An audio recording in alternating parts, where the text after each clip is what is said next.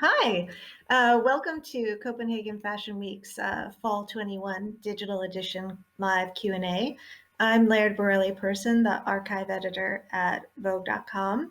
I usually would be on the phone from New York, but I am working remotely in Connecticut, and I'm joined today with Henrik Vibskov of his namesake brand. Hi, Henrik. Hello. I was so happy to see you and be able to congratulate you on a wonderful show and 20 years leading Danish fashion. Thank you very much. I wanted to, we had chatted before the show, and I wondered if you could share the backstory of the collection. I often am struck that often ideas that started as this one did a long time ago when they actually arrive seem so relevant for the moment. Cake and the eating of it was one of your themes. And as we know, during lockdown, there's been a craze about baking, but then also this longing for the ability to get together around a table with friends and eat a cake to celebrate. So we have this, need to be together and also a need to be busy. And so cake and baking are much on the mind. And then also it feels like a celebration of 20 years. But you told me that the backstory has really nothing to do with either of those two things. Yeah, it actually came from another. It actually came from another project, which were like I was working on costumes and set design with a band playing around the table.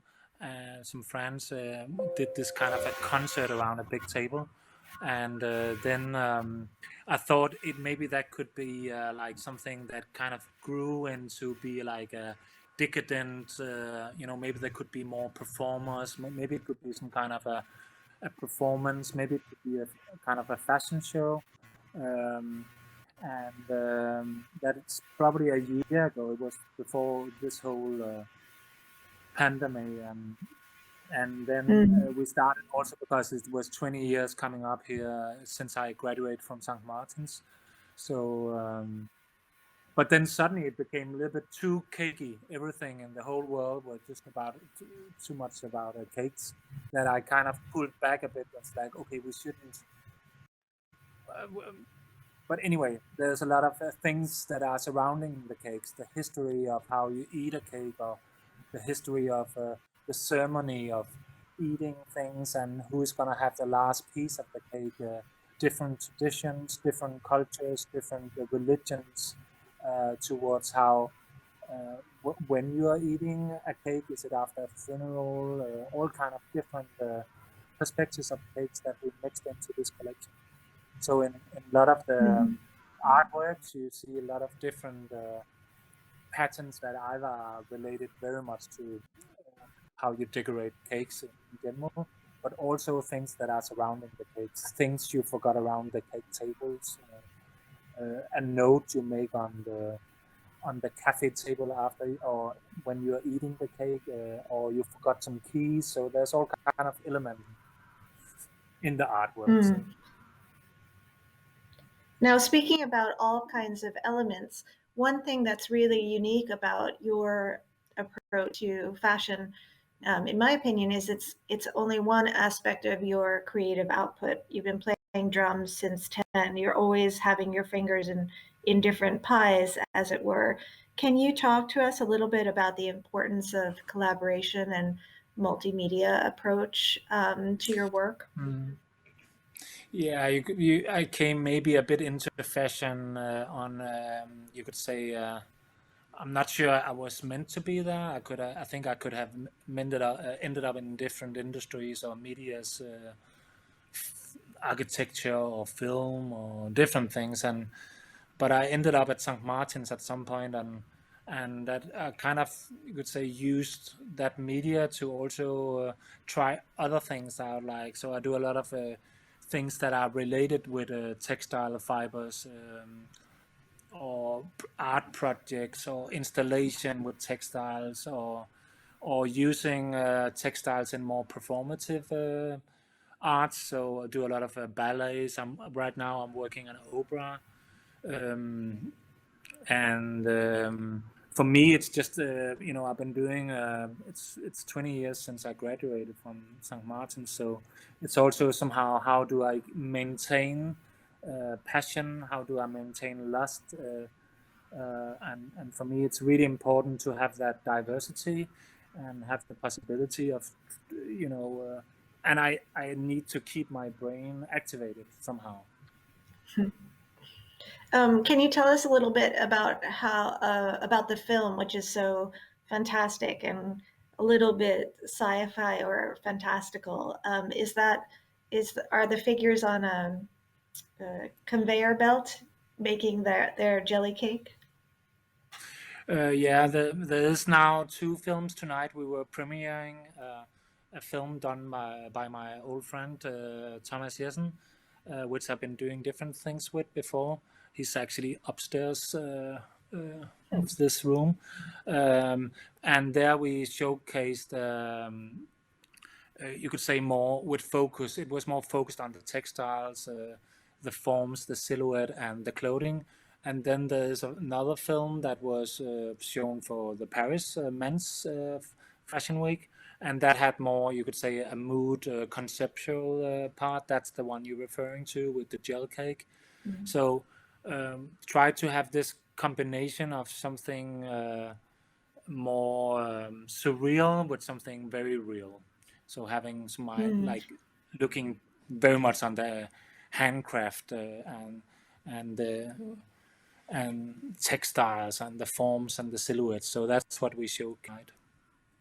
Mm. And what was the beautiful location of the film, the more that had the more sculptural or straightforward approach? It's a location in Copenhagen that is only used by some very very special people, like the Queen Mm. of Denmark, and it's done by an architect called Wilhelm Lauritsen in just before the Second World War.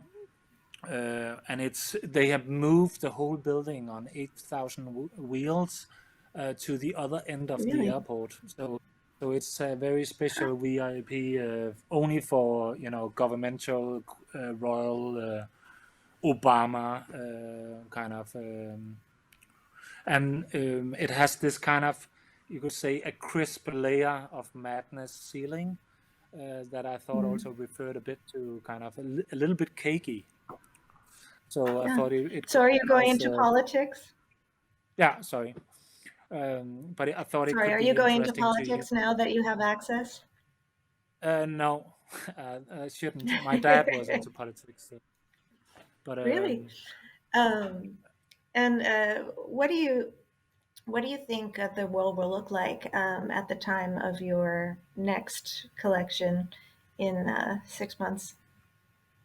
that's a good question. I don't know. I think for the whole industry here, people have been fighting a lot with, you could say, the sustainable part of doing fashion.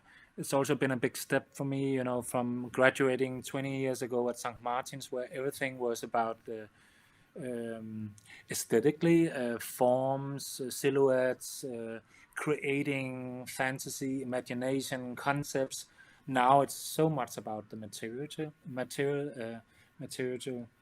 So it's changed a lot, and also for me, like 5 years ago, we changed a bit the way of kind of looking into what are we doing, why, and what kind of materials are we using in general.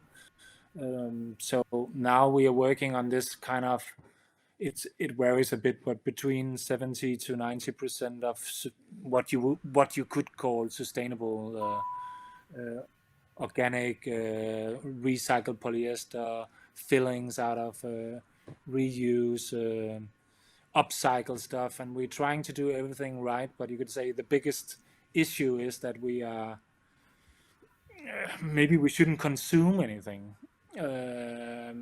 Maybe I shouldn't do this. So that's it's been for a few years. I've been like, what? everything that I was taught and told is kind of maybe not making so much sense at the moment, until we find some kind of a more sustainable way, which is yeah. So that's one, Well, and I hope then that on top of that, there was a pandemic. So I think everybody has to rethink, and hopefully people had a lot of time now to think about, hey, what am I doing with my life and why? mm. Well, I mean, as you said, you are making many positive changes, and you've told me that, sometimes up to 90% of the fabrics in a collection that you do are sustainable. And I do hope that you'll will continue seeing and loving your collections for many years to come. So congratulations on this collection and 20 years. Thank you. And thanks to all who have joined this live Q&A with Copenhagen Fashion Week Fall 21. Hi, hi. Hi.